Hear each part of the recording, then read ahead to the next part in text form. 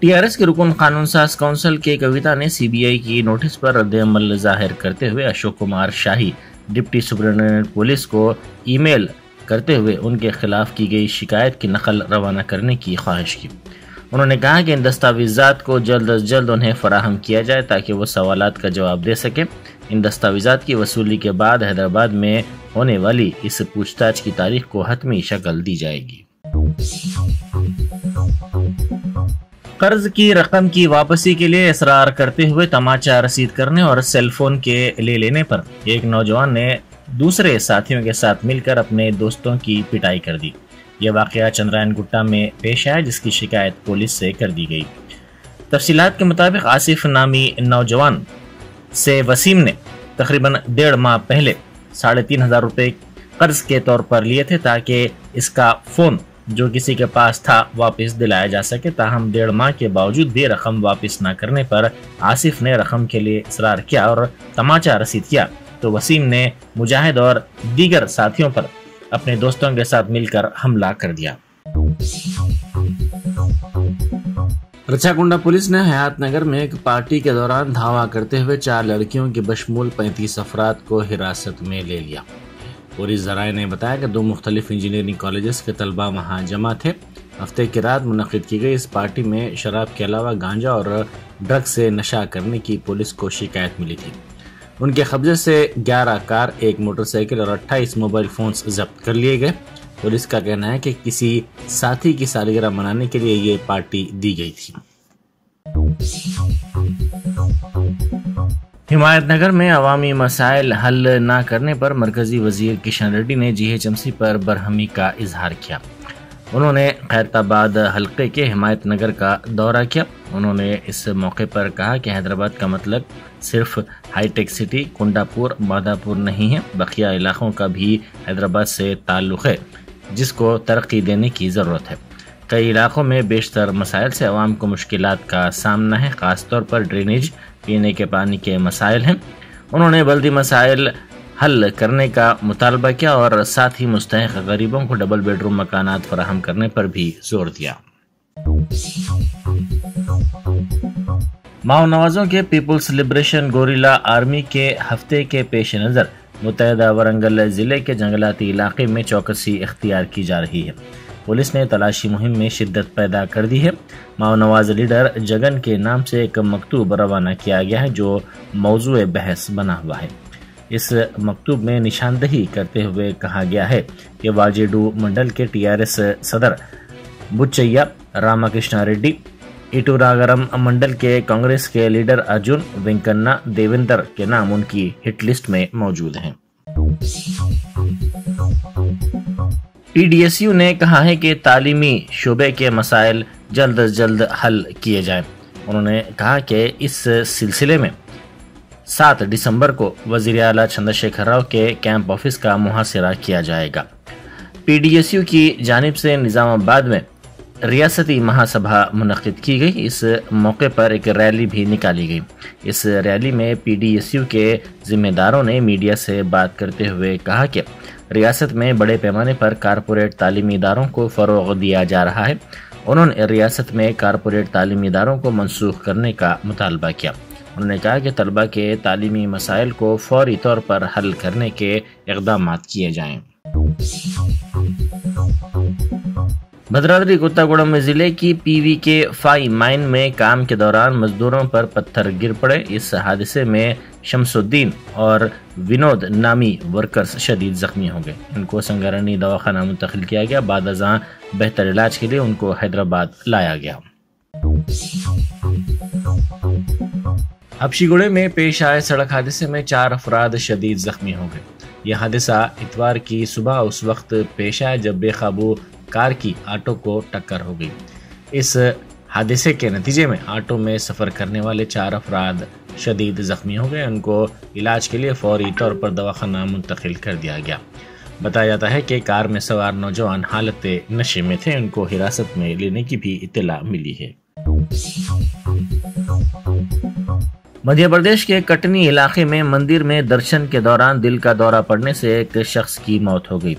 سائی بابا کی اس مندر میں درشن کے موقع پر یہ شخص مورتی کے پیروں پر گر پڑا